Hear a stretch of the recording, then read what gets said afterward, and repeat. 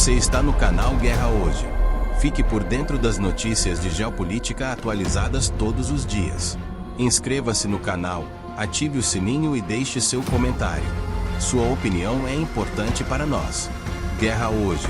Informação clara e direta para você. Quem são os rebeldes que assumiram o controle na Síria? Forças rebeldes entraram na capital da Síria, Damasco, e há informações de que o presidente Bashar al-Assad deixou o país de avião para um destino ainda desconhecido. A Rússia confirmou a informação neste domingo. Em um discurso transmitido pela televisão, os insurgentes afirmaram que a cidade havia sido libertada e que o tirano Bashar al-Assad foi deposto. Que a Síria seja livre e independente para todos os sírios, independentemente de suas origens e crenças, declararam. A ofensiva, liderada por Abu Mohammed al-Jawlani, comandante dos insurgentes, começou no final de novembro com a surpreendente tomada de Alepo. Esse avanço desencadeou eventos que levaram à queda do regime em menos de 2 semanas. Há relatos de que militares sírios abandonaram seus postos ou se uniram à oposição. A ofensiva inicial foi protagonizada pelo grupo islâmico Hayat Tahrir al-Sham, HTS, que há muito participa do conflito sírio. O HTS é classificado como organização terrorista pela ONU, Estados Unidos, Turquia e outros países. A investida rebelde é considerada a maior ofensiva contra o regime sírio em vários anos. Após a conquista de Alepo, os rebeldes tomaram a cidade de Hama e se aproximaram de Homs, localizada ao sul.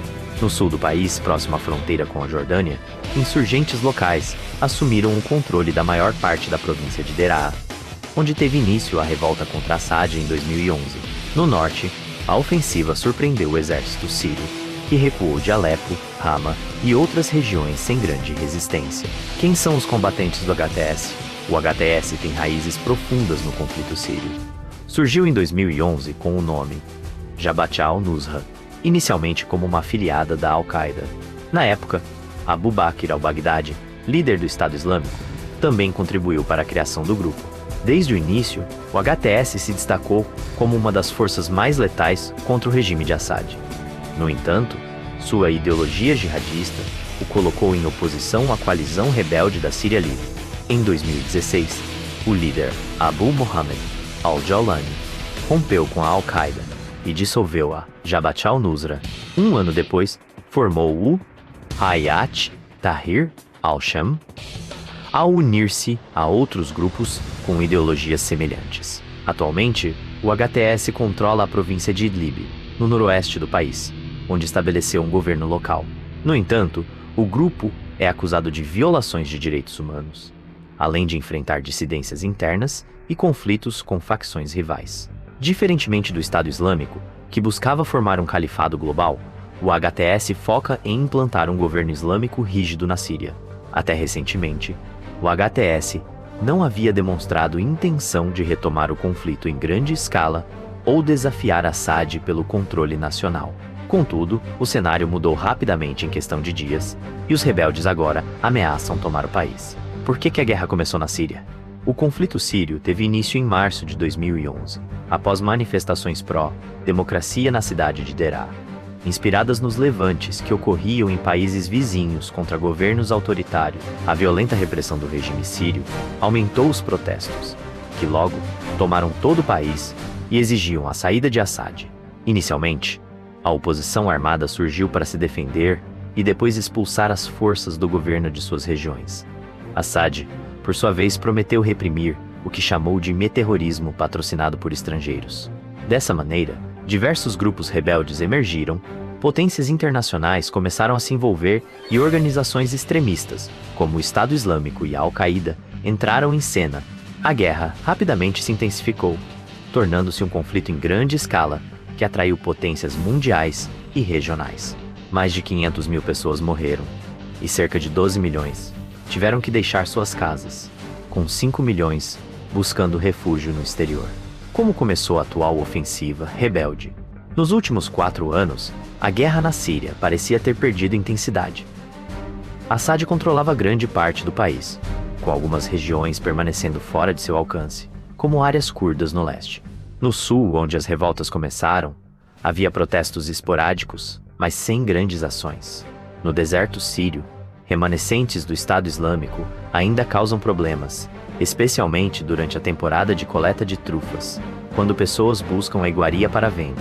Enquanto isso, no noroeste, a província de Idlib permaneceu sob controle de jihadistas, incluindo o HTS.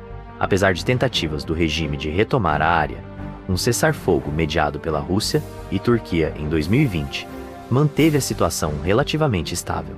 Cerca de 4 milhões de pessoas vivem em Idlib, a maioria delas deslocadas por ataques em outras partes do país.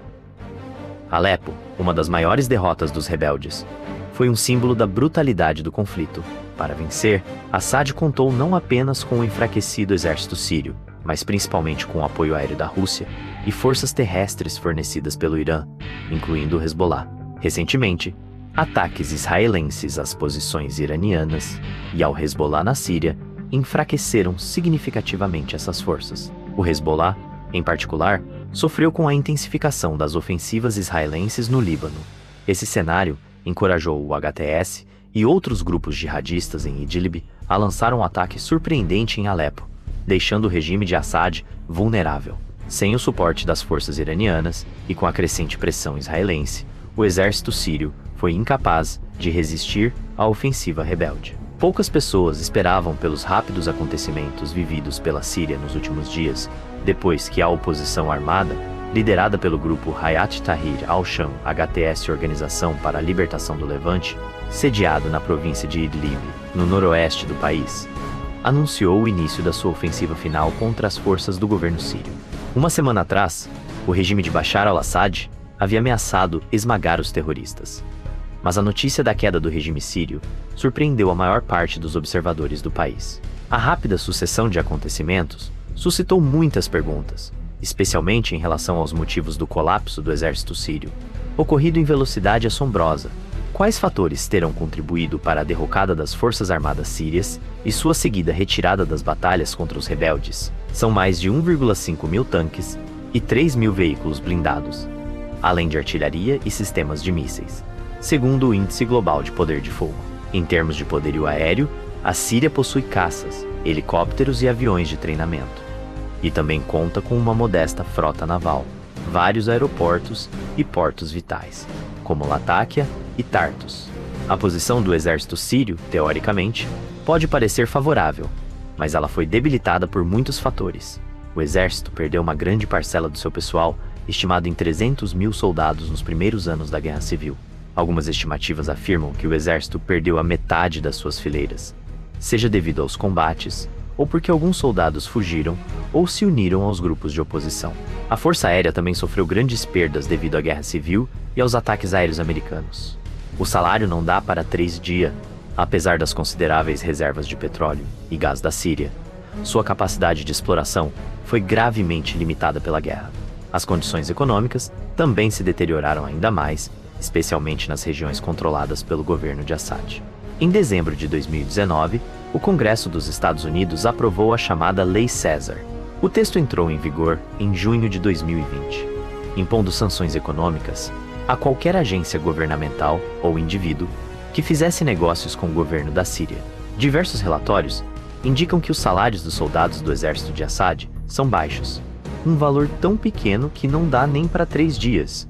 Segundo um cidadão sírio, o professor de Relações Internacionais Fawaz Gerges, da Universidade de Londres, declarou que a situação na Síria mudou drasticamente nos últimos 3 anos.